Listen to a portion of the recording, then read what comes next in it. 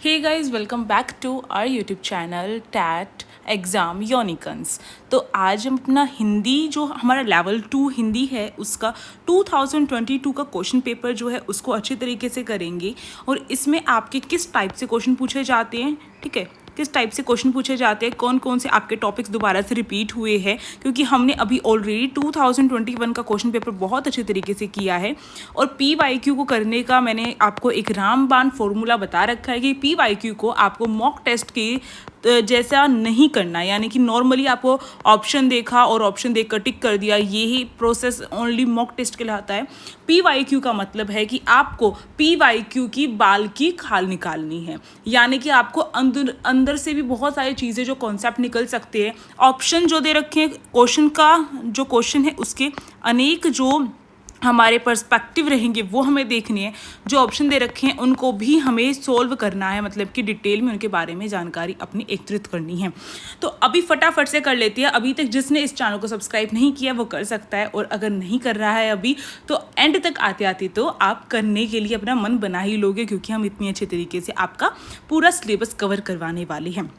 तो भाई देख लीजिए, अब जो है हम चलते हैं अपने जो क्वेश्चन है इसका हम डोमेन का ही करेंगे, यानी कि हमारा जो 91 से आते हैं आपके क्वेश्चन वही करेंगे हम केवल और केवल।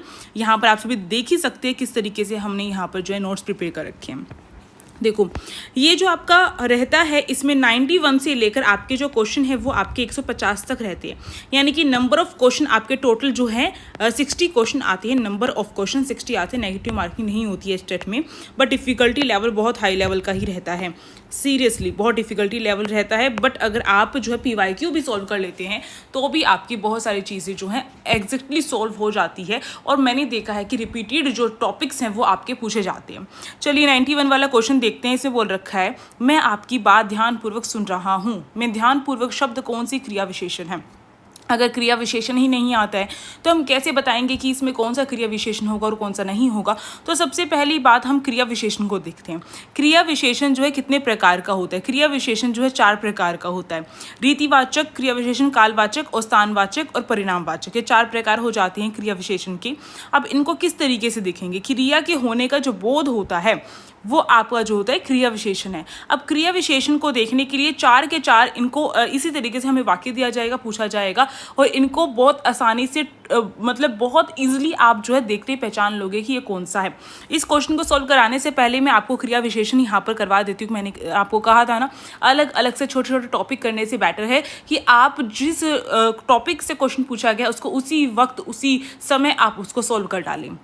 रीतिवाचक क्रिया विशेषण में क्या होता है? ढंग की बात होती है कि किस ढंग से जो काम है वो हो रहा है, किस तरीके से काम हो रहा है, यानी कि कौन सी रीति चल रही है। रीति का मतलब ही ढंग होता है, तो आपको ध्यान रखना है कौन सी रीति से हो रहा है, किस ढंग से हो रहा है, इस तरीके से।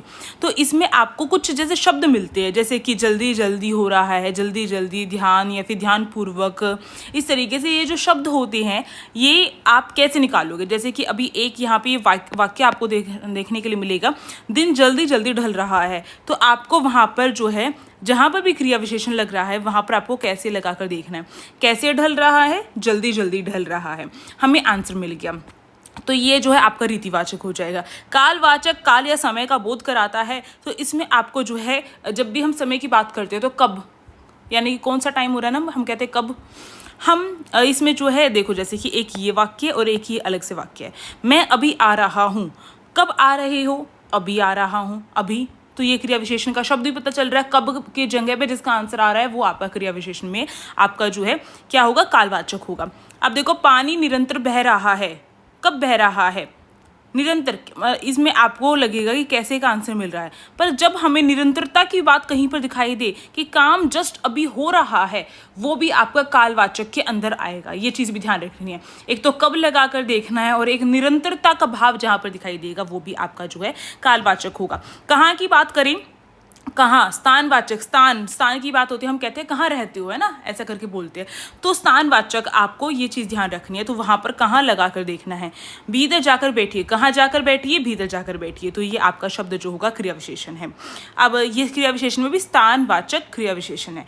परिणामवाचक में मात्रा की बात होती है। अगर हम विशेषण टॉपिक पढ़ते हैं तो उसमें भी हमारा एक होता है परिणामवाचक विशेषण। तो परिणामवाचक में माप, तोल, मात्रा की बात होती है, यूनिट्स की बात होती है। तो वो आपका यूनिट्स की जहाँ पर बात होगी आपको ध्यान रखनी है, जहाँ पर आपके यूनिट्स की बात होगी वो आपका विशेषण वाला परिणामवाचक हो जाएगा, विशेषण वाला। पर जहाँ पर आपकी जो है केवल मात्रा की बात होती है वो आपका जो होगा क्या हो जाएगा, क्रिया विशेषण परिणामवाचक हो जाएगा।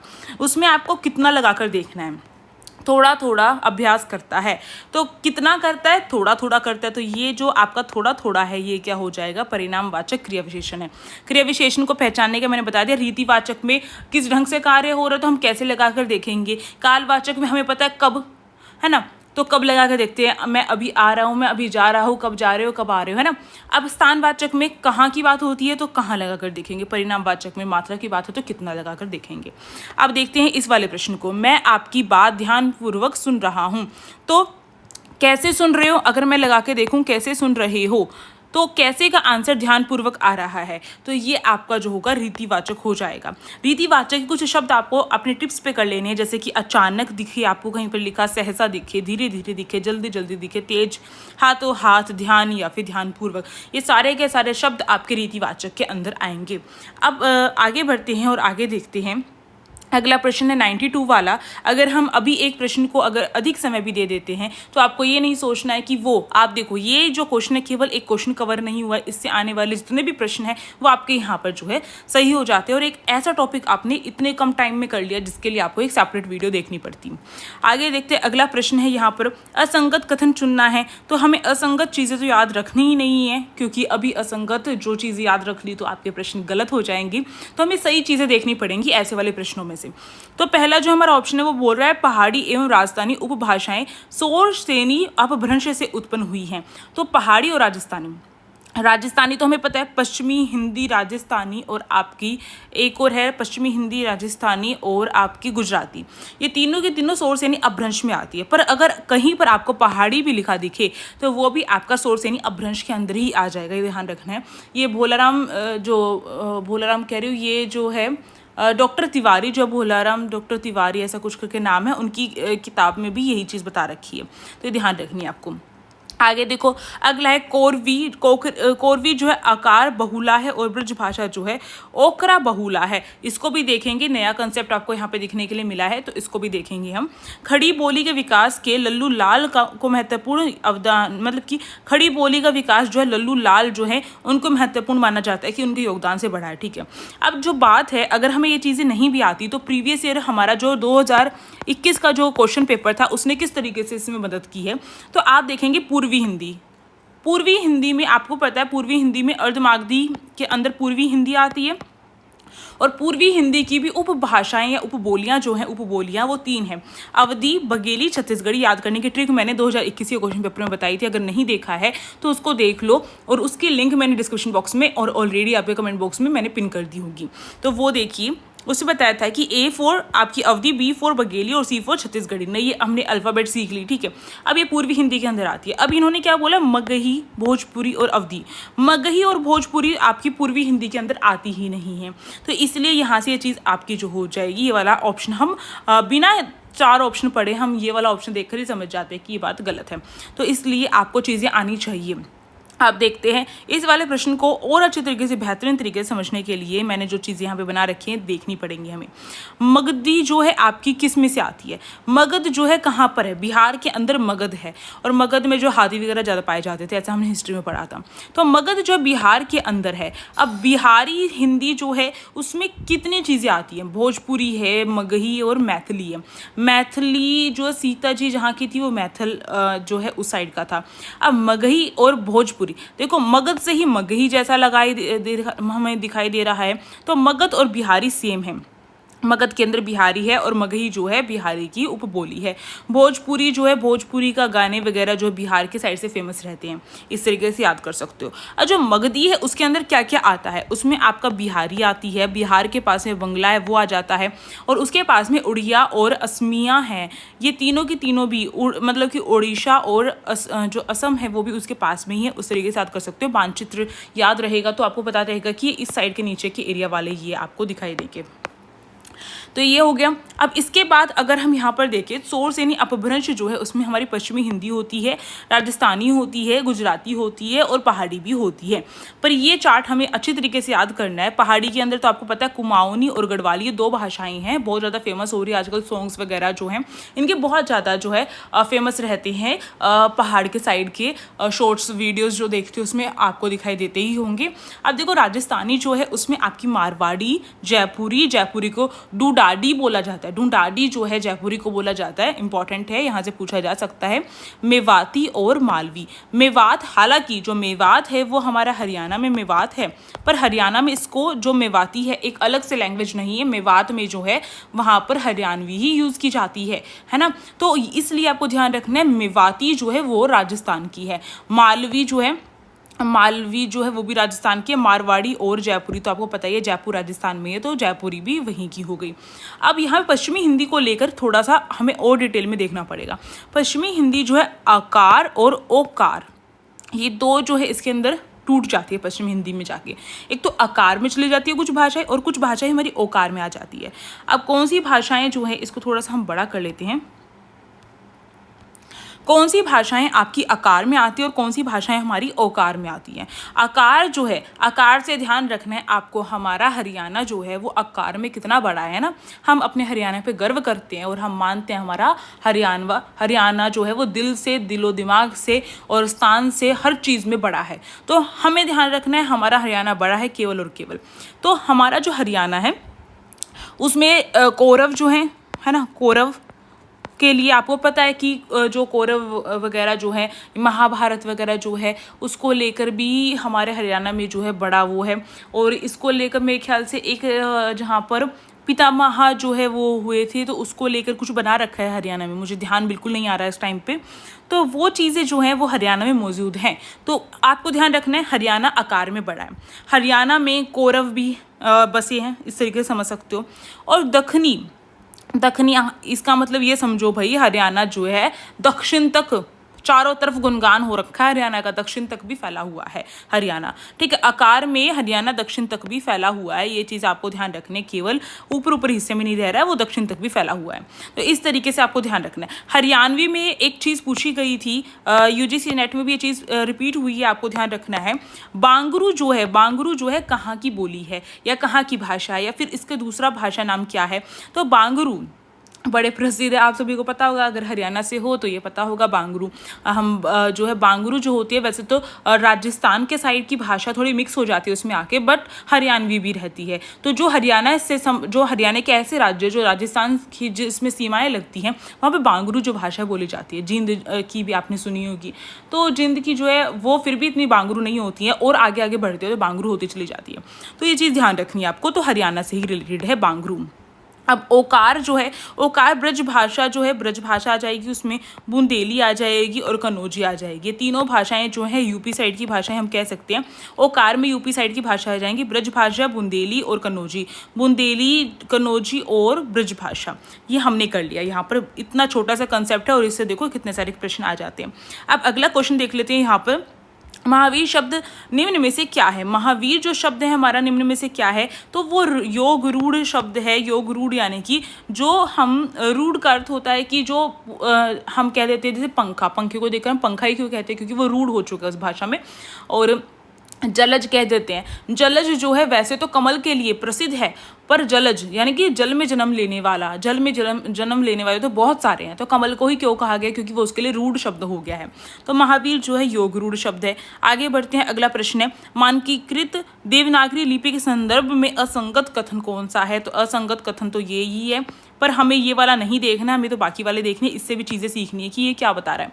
पहले बाकी वाले सही हम अच्छे से याद कर लेते हैं कि मानकीकृत जो देवनागरी लिपि है उसको लेकर हिंदी के शब्दों में उचित ढंग से चंद्र बिंदु का प्रयोग आवश्यक है। अगर मैं चंद्र बिंदु जैसे चांद मैंने लिखा और मैंने यहाँ पर चांद की जगह ऐसे करके चांद लिख दिया तो यह चाँद हो जाएगा, चांद नहीं होगा, है ना। तो इसीलिए चंद्र बिंदु आवश्यक है। ये तो हमें हिंदी के जो टीचर्स हम होने वाले तो हमें पता ही ये चीज़। दूसरी, अनुनासिक स्वरों का ध्वनि योग है। अनुनासिक स्वर कौन से होते हैं? जो हमारे जो जैसे कि ये अनुनासिक स्वर है। तो ये जो होते हैं ये पांचवा जो हम कह सकते हैं अगर लाइन से हम देखें क वर्ग का पांचवा अक्षर जो है आपका अनुनासिक स्वर होगा, जो नाक से बोले जाते हैं, जिसमें ध्वनि हमारी आती है। जैसे न बोलूँगी मैं तो नाक जो अगर मैं बंद कर लूँगी, नाक बंद करके न बोलूँगी, देखो नहीं बोला जा रहा मुझसे ना, तो ना जो अनुनासिक स्वर जो है उसके अंदर है। तो ये ध्वनि गुण जो होता है आपको ध्यान रखना है, और नाक से बोले जाते हैं इसलिए अनुनासिक स्वर बोले जाते हैं। इनका उच्चारण जो स्थल है या स्थान है वो नासिका होती है। तो आप बोल के देखना, आपको पता चल जाएगा। अगला देखो, संस्कृत। जब हम हिंदी को भी वैज्ञानिक तौर पे पढ़ना स्टार्ट कर देते हो तो हमें बहुत अच्छी तरीके से चीज़ें आती हैं, क्योंकि हम उसे कभी नहीं भूलते। हम एग्जाम में भी एक्सपेरिमेंट खुद बैठ के कर सकते हैं। संस्कृत मूलक तत्सम शब्दों की वर्तनी को ज्यों का त्यों ग्रहण किया जाए, ऐसा बोला गया है, बिल्कुल बोला गया है, मानकर देवनागरी लिपि में। ही बात ध्यान रखनी है। इसमें बोला है पूर्ण विराम को छोड़कर शेष विराम आदि जो चिन्ह होते हैं वो अंग्रेजी भाषा के हमने अपना लिया। ऐसा तो नहीं है हमने अंग्रेजी भाषा के अपना लिए होंगे पूरे के पूरे, फिर हिंदी क्या रहेगी, देवनागरी लिपि क्या रहेगी। तो ये हमारा गलत है ऑप्शन। आगे चलते हैं। अगला बोल रखा है विलोम शब्द युगम नहीं है। तो शब्द युगम नहीं है। निराशा और आशावान, अब हमें ऐसा देखकर लगेगा निराशा का आशावान होना चाहिए, नहीं। आशावान का जो है निराशा का बिल्कुल अलग अर्थ प्रदान कर रहा है, पर वो विलोम नहीं है, विलोमार्थिक शब्द नहीं है, ये भिन्न आर्थिक शब्द है। इसका मतलब यह है कि आशावान का मतलब होता है आशा से पूर्ण होना, पर वो जो है भिन्न आर्थिक शब्द हो जाएगा, विलोम शब्द होता है इसका आशा। ये बात ध्यान रखनी है। आगे चलते हैं और इसको देख लो, संस्कृति का विकृति होता है। संस्कृति को विकृति जो है विलोम बोला जाता है। नैसर्गिक कृत्रिम, विहित जो है निषिद्ध, ये बात ध्यान रखनी, विहित निषिद्ध। तीसरी किस्म फिल्म किस लेखक की कहानी थी को लेकर बनाई गई है। तीसरी किस्म जो फिल्म है आपको ध्यान रखना है, मारे गए गुलफाम को लेकर बनाई गई है, और ये यूजीसी नेट का जो सिलेबस है वहाँ से पूछा गया है। तो मारे गए गुलफाम जो है वो ठुमरी कहानी संग्रह जो है उसमें डाला गया है, और फणीश्वर नाथ रेणु जो है इसके क्या है लेखक हैं, और ये 1954 में प्रकाशित हुई थी मारे गए गुलफाम। उसी को लेकर तीसरी किस्म जो है इसका नाम रखा गया फिल्म का और बनाई गई है। आगे बढ़ते हैं। हवा हो जाने मुहावरे का सही अर्थ क्या है? हवा हो जाना मतलब गायब हो जाना, वो तो हवा हो गया है ना। तो इस तरीके से आपको ध्यान रखना है, हवा हो जाना मतलब गायब हो जाना।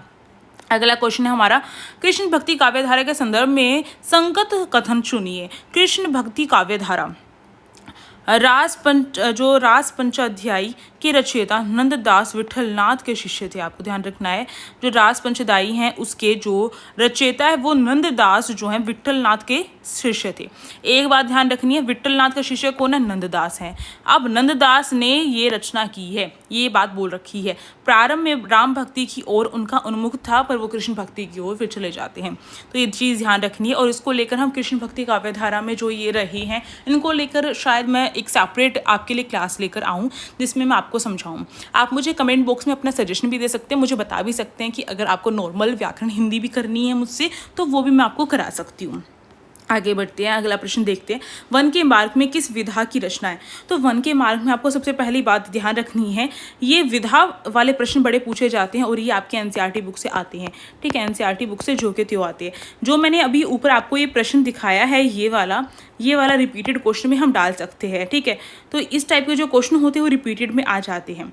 अब आगे चलते हैं, ये वाला वन के मार्ग में जो कविता है, ठीक है, किसने लिखी है? सुमित्रानंदन जो पंत है उन्होंने लिखी है, सुमित्रानंदन पंत। बिल्कुल दिमाग में बिठा लो, वन के मार्ग में सुमित्रानंदन पंत ने लिखी कविता है। ठीक है भाई, ठीक है। पंत से ध्यान रखना है, पंत से हो गया हमारा पथ, और पथ जो है कहाँ का पथ? वन के मार्ग को ही तो पथ बोलते हैं, मार्ग को ही तो पथ बोलते हैं। इस तरीके से आप ध्यान रख सकते हैं, सुमित्रानंदन पथ ऐसे करके हम ध्यान रख सकते हैं। आगे बढ़ते हैं, अगला क्वेश्चन है, रीति काल के संदर्भ में असंगत कथन कौन सा है? असंगत बाद में देखेंगे, पहले देखते हैं। चिंतामणि ने बोला है कि रीति को लेकर, रीति शब्द की व्याख्या करते हुए चिंतामणि ने बोला है कि रीति सुभाषा कवित की वर्णत वधुरी बुद्ध अनुसार है।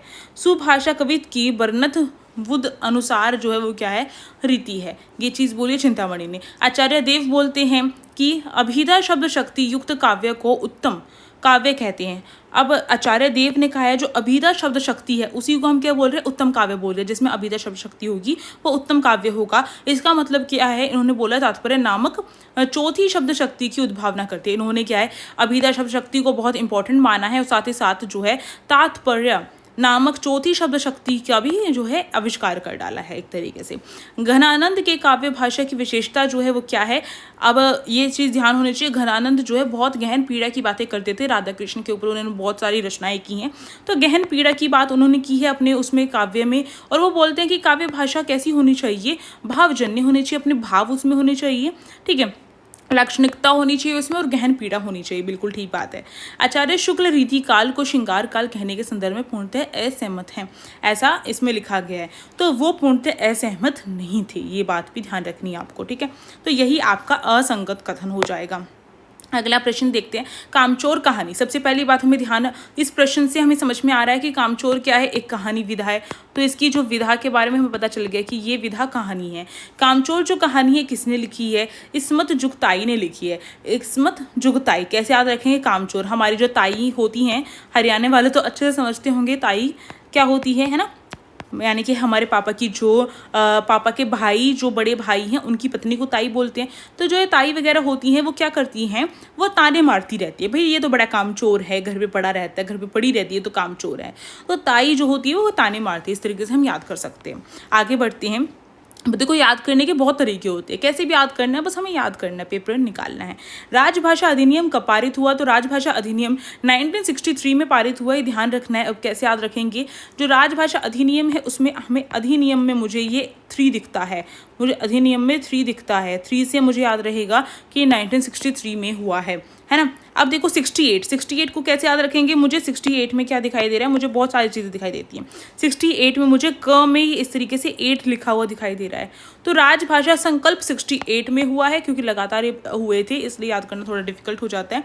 नियम में मुझे 6 जो है, ये न जो है, इसमें ये न जो है मुझे इस तरीके से 6 उल्टा 6 इस तरीके से लेटा हुआ दिखाई दे रहा है। तो नियम जो है इस तरीके से 76 में हुआ है। राजभाषा संसदीय समिति भी जो है 76 में हुई है। प्रथम राजभाषा आयोग की स्थापना जो है 7 जून 1955 में हुई है, बहुत इंपॉर्टेंट है, पूछा जाता है। 7 जून 1955 में राजभाषा आयोग की स्थापना हुई है, ठीक है। अगला प्रश्न है, हम दीवानों की क्या हस्ती आज यहाँ कल वहाँ चले। तो दीवानों की जो हस्ती है उसको लेकर बोला गया है इसमें कि आज हम यहाँ हैं कल वहाँ चल पड़े हैं। ये एक कविता है और किसके द्वारा लिखी गई है ये भी हमें पता होना चाहिए। तो ये जो कविता है ये भगवती चरण वर्मा ने लिखी है और ये हम दीवानों की हस्ती जो कविता है वहाँ से ली गई है ये पंक्तियाँ। तो भगवती चरण वर्मा ने लिखी है हम दीवानों की हस्ती। कैसे याद रखेंगे, याद रखने की ट्रिक भी थोड़ी सी हमें ध्यान रखनी है कि हम दीवानों की हस्ती, तो भगवती चरण, भगवती जो माता हैं उनके चरणों में जब हम चले जाते हैं तो हम जो दीवाने बन जाते हैं ना, हम दीवाने बन जाते हैं, हम दीवाने हो जाते हैं और हम हंसते ही रहते हैं, खुश रहते हैं, अपना जीवन बहुत अच्छे तरीके से काटते हैं। तो भगवती चरण माता के चरणों में जाके हम बिल्कुल दीवाने हो जाते हैं, बौखला जाते हैं और हंसते रहते हैं। अगले उस पर चलते हैं। प्रश्न पे अगला है असंगत कथन चुनना है। असंगत कथन जो है ये नॉर्मली हमारे अलंकार को लेकर पूछा गया है। तो अलंकार को लेकर पूछा गया है, तो इसमें से आप जो है ये असंगत कथन है। उपमेय के अंतर्गत अप्रस्तुत वस्तु वर्णन किया जाता है। जो उपमेय और उपमान, उपमेय क्या होता है और उपमान क्या होता है थोड़ा अभी समझ लेते हैं, बाकी हमें ध्यान रहेगा और इसको याद करने की ट्रिक भी बता दूंगी मैं आप सभी को यहाँ पे। उपमान में मुझे मान देखना है और उपमेय में मुझे मे देखना है। तो मे क्या होता है, उपमेय क्या होता है कि जिसकी तुलना की जा रही हो और जिससे तुलना की जा रही हो वो उपमान है। यानी कि जिससे तुलना हो रही है, जिससे तुलना हो रही है वो व्यक्ति अपने आप में मान करेगा। अब मान का मतलब तो आपको पता है कि मान, अगर हम जो है हरियाणा में क्या करते हैं कि हम मान देते हैं, है ना, जब बटेऊ घर पे आता है ना, या फिर कोई ऐसे होते हैं कि कोई हमारी बुआ वगैरह जा रही हैं तो उनको हम मान देते हैं। तो वो मान क्या होती है, हम उसको जो है उसका सम्मान बढ़ा रहे हैं। तो जिससे तुलना हो रही है वो तो अपने आप में खुश होगा ना कि उसकी तुलना की जा रही है, उसका मान बढ़ाई होगी। एक तरीके से आपको ध्यान रखना है, में से आपको ध्यान रखना है जिसकी तुलना हो रही है, ठीक है, जिसकी तुलना हो रही है, ये चीज़ ध्यान रखनी है, जिसकी तुलना हो रही है। तो जिसकी तुलना हो रही है, यानी कि अब जैसे मैंने कहा चंद्रमुख, चंद्रमुख, तो इसमें जो है चंद्रमा से तुलना की जा रही है। तो चंद्रमा को अपने आप में मान है इस बात का कि उससे उसकी तुलना की जा रही है। और किसकी तुलना हो रही है? मुख की तुलना हो रही है। मुख हमारा उपमेय हो जाएगा। मे से ध्यान रखना, मे मतलब मैं, यानी कि मेरी तुलना होती है सबसे, इसलिए ध्यान रख सकते हो। उपमान की मान याद रख लोगे उसका आप, है ना। तो इस तरीके से आपको चीज़ें याद रखनी होती है। अब इसमें ध्यान रखना है उपमान हमेशा हमारा प्रकृति का होगा। प्रकृति की चीज़ों से ही तो तुलना होती है, तो प्रकृति का होगा। जैसे कि चंद्रमा जो है वो क्या है? प्रकृति है। तो प्रकृति, और प्रकृति हमारे पास होती नहीं है, यानी कि वो क्या होती है? अप्रस्तुत होती है, अप्रस्तुत होती है। तो उपमान हमेशा अप्रस्तुत होता है, आपको ध्यान रखना है। और उपमेय का दूसरा नाम जो है प्रस्तुत है, प्रस्तुत, यानी कि मनुष्य की तुलना होती है किसी भी प्रकृति से। तो उपमेय जो है वो क्या होगा? मैं क्या हूँ? मैं एक जो हूँ प्रस्तुत चीज़ हूँ, जिसे हर कोई देख भी सकता है और अपने आसपास महसूस भी कर सकता है। उपमान जो है अप्रस्तुत होगा, क्योंकि प्रकृति जो है हमारे पास नहीं है और दिखाई देती है हमें, है ना, हमारे अंदर तो नहीं है कम से कम प्रकृति, इस तरीके से हम सोच सकते हैं। तो यही चीज़ थी, यही कंसेप्ट से आई थिंक आगे तक आपको चीज़ें याद रहेंगी। उपमा अलंकार को राजशेखर अलंकार का शिरोरतन कहते हैं। बहुत इंपॉर्टेंट और याद रखना है कि उपमा अलंकार को राजशेखर अलंकार का शिरोरतन भी कहते हैं, ठीक है। और आगे तो 2 अलंकारों के बारे में पूछा हुआ था, तो वो तो हम नहीं देख रहे हैं। अब आगे बढ़ते हैं।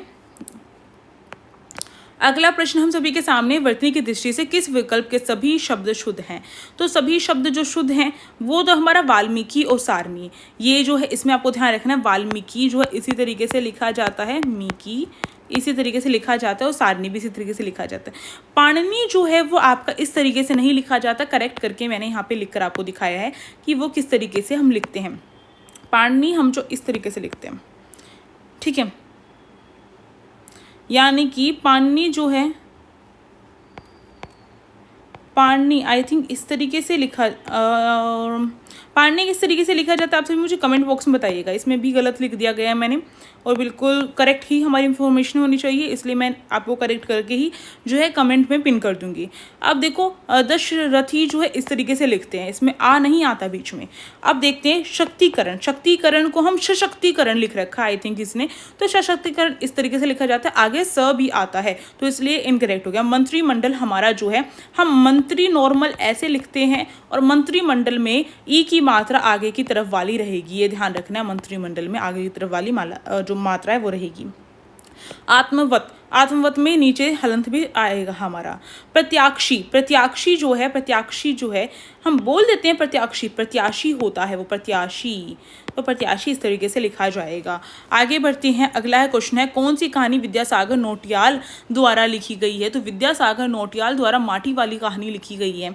ये चीज़ बहुत इंपॉर्टेंट है, माटी वाली कहानी, और ये कहानी विधा, यहाँ पर विधा लिख रखी है मैंने, ये कहानी विधा है। ये सारी की सारी कहानियाँ हैं, नादान दोस्त प्रेमचंद ने लिखी है, ठीक है। देखो प्रेमचंद जो है उनकी 6th क्लास में ये लगी हुई है, 3रा चैप्टर प्रेमचंद की नादान दोस्त, आपको ध्यान रखना है। हमारे दोस्त, हिंदी के दोस्त प्रेमचंद ही रहेंगे, है ना, ठीक है। नादान दोस्त हैं, वो भोले भाले हैं, और उनको ज़्यादा सजने संवरने का इनका भी शौक नहीं था। तो फटे जूते भी तो लिख रखे हैं ना प्रेमचंद के, तो वो किसने लिखे हैं वो मुझे बताइए। हरिशंकर परसाई ने लिखी है। नेताजी का चश्मा जो है स्वयं प्रकाश जो है उन्होंने लिखा है। कैसे याद रखेंगे नेताजी का चश्मा? चश्मा हमें क्या दिखाता है? हमें जो है अपना स्वयं का जो प्रकाश हमारा गायब हो जाता है, उसको वो जो है चश्मे की मदद से हमें दिख जाता है। तो चश्मा जो है स्वयं प्रकाश, यानी कि अपने स्वयं का प्रकाश जाने के बाद ही तो हम चश्मा लेते हैं। तो नेताजी का चश्मा है। एक और तरीके से याद कर सकते हो, नेताजी का चश्मा, जब नेताजी को चश्मा पहनाया गया तो उनको जो है असलियत दिखाई दी अपनी, तो स्वयं प्रकाश हो जाएगा। दो कलाकार जो है मनु भंडारी की है। अब मनु भंडारी जो हैं वो बहुत कलाकारी थी, और अपने जो है अपने बारे में बताती हैं बहुत। इनकी कहानी मोस्टली ऐसी रहेगी जिसमें इन्होंने अपने बारे में बहुत चीज़ें बताई हैं। तो 2 कलाकार मनु भंडारी की। आगे बढ़ती हैं। किस वाक्य में परिणामवाचक विशेषण है? तो विशेषण परिणामवाचक विशेषण मैंने बताया था कि माप तोल हो गया, या फिर यूनिट्स हो गया, ये जहाँ पर आती है ये आपके परिणामवाचक विशेषण हो जाएगी। ये दो तरीके की होगी, निश्चित और अनिश्चित। परिणामवाचक विशेषण और संख्यावाचक विशेषण में डिफरेंस यही है कि संख्यावाचक विशेषण क्या होती है, वो गणना बताएगी। उसमें संख्या में क्या होगा, गणना होगी, गिन सकते हैं जब हम गणना। और इसमें क्या रहेगा, परिणामवाचक में हम गिन नहीं सकते हैं, हम केवल अनुमान लगा सकते हैं, और गिनेंगे तो यूनिट्स में ही गिनेंगे केवल और केवल। ठीक है, ये चीज़ ध्यान रखनी है। निश्चित और अनिश्चित, निश्चित में हमेशा यूनिट्स रहेगी क्योंकि हम निश्चित यूनिट की बात कर रहे हैं। जैसे कि 1 दर्जन केले, तो दर्जन आया है। अगर हम कहते हैं कई केले, तो कई केले जो रहेंगे वो आपके किस में रहेंगे, अनिश्चित संख्या वाचक में रहेंगे, क्योंकि वहाँ पर हम केलों को गिन सकते हैं, मौजूद केलों को गिन सकते हैं, तो इसलिए वो अनिश्चित संख्यावाचक है। क्योंकि निश्चित होता, अगर मैं बोल देती कि 10 केले मैंने अगर बोल दिया तो इसमें संख्या निश्चित हमें दिखाई दे गई, तो वो हमारा निश्चित संख्यावाचक हो जाएगा। पर मैंने 10 के हटाकर कई लिख दिया, तो ये जो कई लगने की वजह से ये अनिश्चित संख्यावाचक हो जाता है हमारा। ये चीज़ आपको ध्यान रखनी है। जब गणना स्पष्ट ना हो पर हम उसको गिन सकते हो तो वह अनिश्चित संख्यावाचक हो जाएगा। परिणामवाचक यूनिट्स के ऊपर खेल है, यूनिट्स है तो निश्चित है, यूनिट्स की बात नहीं हो रही है, हल्का फुल्का परिणाम निकाल रहे हैं हम, लगा रहे हैं, तो वो अनिश्चित हो जाएगा। जैसे कि हमने कह दी थोड़ी चीनी, काफ़ी पेट्रोल भरा पड़ा है कार में, है ना, तो गणना नहीं की जा सकती इसकी, इस तरीके से समझना है। बंदर कई केले खा गए, कई लगा है इसलिए हमारा अनिश्चित संख्यावाचक है। 1 दर्जन केले खा गए हो जाता तो 1 दर्जन जो है आपका परिणामवाचक विशेषण हो जाता, क्योंकि यूनिट की बात हुई है। ये चीज़ आपको ध्यान रखनी है। ठीक है, अब देखो थोड़ी सी चाय बनाना, थोड़ी सी, अब ये जो थोड़ी सी है ये आपका जो है अनिश्चित परिणामवाचक हो जाएगा, क्योंकि हम इसको जो है काउंट नहीं कर सकते हैं, यूनिट्स में भी नहीं बता सकते हैं, तो ये चीज़ है। पहले लड़के को यह पुस्तक दे दो, पहला लड़का, पहला डिब्बा, ये सारे आपके निश्चित जो संख्यावाचक है उसके अंदर आएगा। पहला लड़का, पहला डिब्बा, इस तरीके से काउंटिंग हो रही है, पहला है, दूसरा है, तीसरा है, तो ये काउंटिंग में आ गया, और निश्चित है, यही लड़का है ना वो पहला लड़का, तो ये निश्चित बात है, तो पहला लड़का निश्चित संख्यावाचक है। ठीक है, अब आसमान में अनगिनत तारे हैं, अनगिनत को देखकर हमें ऐसा लगता है कि अनिश्चित परिणामवाचक की बात हो रही है, पर अनिश्चित परिणामवाचक ना होकर यहाँ पर अनिश्चित संख्यावाचक हो जाएगा। हम उसको काउंट फिर भी कर सकते हैं। तो क्या हम चीनी को लेकर बैठेंगे काउंट करने के लिए? थोड़ी सी चीनी को नहीं लेकर बैठेंगे, फिर भी अगिनत जो है आपका अनिश्चित संख्यावाचक में ही आएगा। अब देखते हैं, कुंवर नारायण को उनकी किस कृति पर व्यास सम्मान प्रदान किया गया था? तो कुंवर नारायण जो है उनको व्यास सम्मान दिया गया है। आत्मजयी जो उन्होंने लिखी है इस कृति पर, आत्मजयी पर उनको व्यास सम्मान मिल गया है, आत्मजयी पर। आगे बढ़ते हैं, अगला प्रश्न है। गला बिल्कुल दुख चुका है, तो आप सभी से कृपया यही अनुरोध है मेरा कि आप सभी इस कक्षा को अपना लाइक करें। नागार्जुन का वास्तविक नाम क्या है? तो नागार्जुन जो है उन्होंने लिखा है विद्यानाथ मिश्र, लिखा नहीं है, उनका वास्तविक नाम विद्यानाथ मिश्र है। विद्यानाथ मिश्र किसका नाम है? ध्यान रखना है, नागार्जुन का विद्यानाथ मिश्र है। ठीक है, विद्याओं का भी जो नाथ हो वो नागार्जुन है, इस तरीके से याद कर सकते हो। अब आगे चलते हैं। जो वैष्णव जन तो तन्ने कहे, वैष्णव जन तो तन्ने कहिए, जे पीर पराई जाने रे। तो ये जो है ये गांधी जी को लेकर ही लिखा गया था, और किसने ये गीत, ये प्रिय सा भजन लिखा है? तो अगर मैं इसको देखूँ तो नॉर्मली हर बच्चा इसका आंसर दे सकता है, क्योंकि मलुक दास, नाना देवराय दास, इन्होंने इस तरीके से कोई भी भजन इस टाइप का नहीं लिखा है। इन्होंने पंक्तियाँ दी हैं, पंक्तियाँ लिखी हैं, और उनकी भाषा भी अलग रही है। ये हरियाणवी भाषा में आपको साफ तौर पर दिखाई दे रहा है, और हरियाणा में नरसिंह मेहता बहुत फेमस हैं, जो गायक भजन गायक रहे हैं, तो ये नरसिंह मेहता के द्वारा लिखा गया, नॉर्मल सी बात है। आगे बढ़ते हैं, अगला प्रश्न है, राष्ट्रभक्ति में प्रयुक्त समास है। राष्ट्रभक्ति देखते ही समझ में आ रहा है तत्पुरुष समास है, पर तत्पुरुष में भी आपके जो है कर्म तत्पुरुष, करण तत्पुरुष, संबंध तत्पुरुष और संप्रदान तत्पुरुष हो जाएगा। राष्ट्रभक्ति, राष्ट्र के लिए भक्ति, इसका हम समास विग्रह करते हो, तो राष्ट्र के लिए भक्ति, तो के लिए हमारा जो है संप्रदान में आ जाता है, संप्रदान के लिए।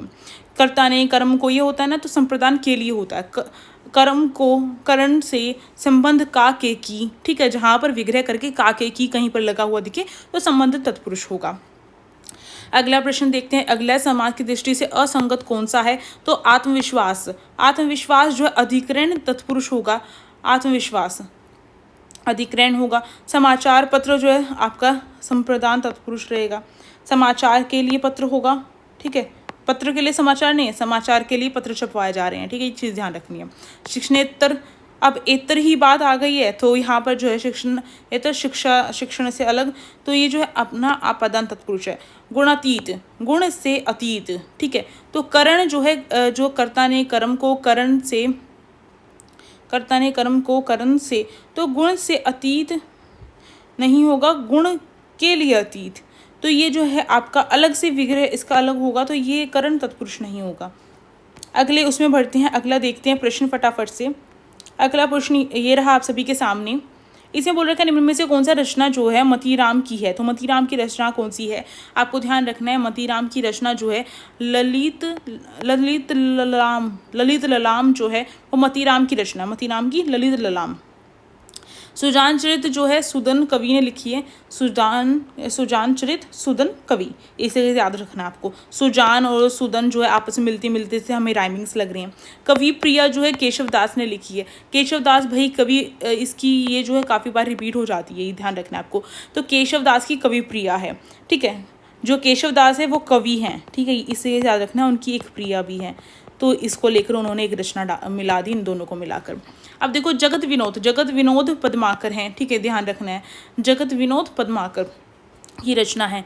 अब जो मतीराम है उनकी कुछ और भी रचनाएं, जैसे कि फूल मंजरी जो है मतीराम की है, ललित ललाम मतीराम की है, मतीराम सतसई भी लिखी है, जैसे बिहारी सतसई बिहारी ने लिखी है, इस तरीके से जो है मतीराम ने जो है मतीराम सतसई लिखी है। रसराज भी लिखी है इन्होंने, ये ध्यान रखना है। एक तो ललित ललाम है, मतीराम सतसई है, रसराज है, फूल मंजरी है। आगे बढ़ते हैं, अगला प्रश्न देखते हैं कि इसमें से कौन सा असंगत कथन है वो छांटना है। तो असंगत कथन जो है आप सभी देख सकते हैं, अलंकार का टॉपिक अलंकार आता होगा तो आप छांट सकते हैं आराम से। अब आगे बढ़ते हैं, अगला प्रश्न हम सभी के सामने, और इस प्रश्न को हम लास्ट रखेंगे क्योंकि अभी देखो हमने इन 15 प्रश्न में से ही हमने इतनी सारी चीज़ें कर डाली हैं, और लग रहा है ये बोल रहा है कि इतना ही कर डालो, इसके आगे मत बढ़ो, पर हमें तो बढ़ना ही पड़ेगा इसके आगे। अब देखो ये वाला जो प्रश्न है इस बहुत इंपॉर्टेंट हो जाता है हमारा, क्योंकि यहाँ से कई प्रश्न हमारे सोल्व होंगे, आने वाले जो भी प्रश्न हैं हमारे यहाँ से सोल्व हो जाएंगे। जैसे कि इसमें पूछ रखा है कि इसमें नहीं जो गलत चीज़ है वो बतानी थी हमें, तो सखी संप्रदाय जो है वो हित हरिवंश गोस्वामी ने के द्वारा स्टार्ट नहीं किया गया है, वो स्वामी हरिदास ने किया है। तो सखी संप्रदाय जो हरिदास ने करवाया है स्टार्ट।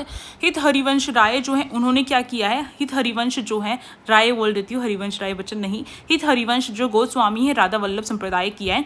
आजकल प्रेमानंद महाराज जी बहुत प्रसिद्ध हैं, तो उन्होंने जो है वो भी हित हरिवंश जो है उनके संप्रदाय राधा वल्लभ संप्रदाय से जुड़े हुए हैं, आपको ध्यान रखना है, इससे आपको याद रहेगा, क्योंकि वो राधा वल्लभ जो है उसमें दिखाई भी देते हैं, और वहाँ के जो पुजारी हैं, जो आचार्य हैं, उनके अंडर जो है उन्होंने शिक्षा अपनी दीक्षा प्राप्त की है। तो ये चीज़ आपको ध्यान रखनी है, तो इससे ये याद रह जाएगा। हरिदास जो हैं सखी संप्रदाय उन्होंने स्टार्ट किया, हरिदास ने, ठीक है। अब देखो जो परिणामी संप्रदाय है वो संत प्राणनाथ ने किया है, ठीक है, परिणामी संप्रदाय संत प्राणनाथ। ब्रह्म संप्रदाय जो है वो माधवाचार्य ने किया, ब्रह्म संप्रदाय माधवाचार्य।